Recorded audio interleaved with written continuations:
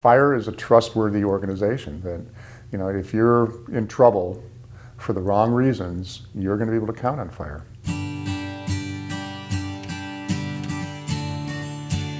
The 60s were a period for men on campus.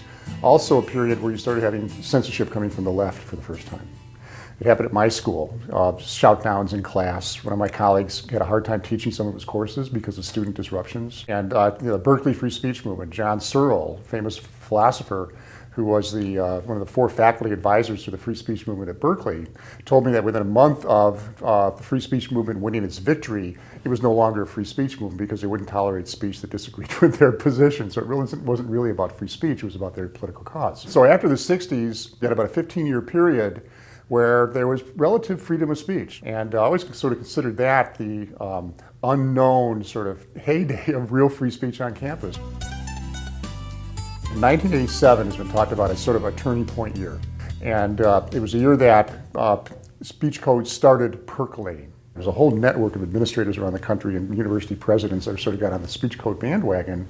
The climate started changing. And you could really feel it. I was a former student of mine that was in a law school at the time, said that it was almost like a new weather front coming through, that you could feel. His first semester in 86, 87 was relatively warm and then cold. Follow the money. That'll show you where one's institution's real focus is.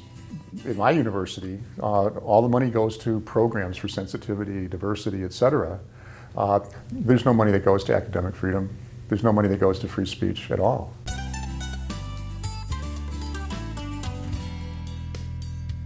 Law is not self-executing. It depends on who's there to check to make sure that it's being obeyed, and also it matters who's going to apply it. Some people that are put in the positions of applying these things, they don't have any training in academic freedom. They don't have any training in free speech.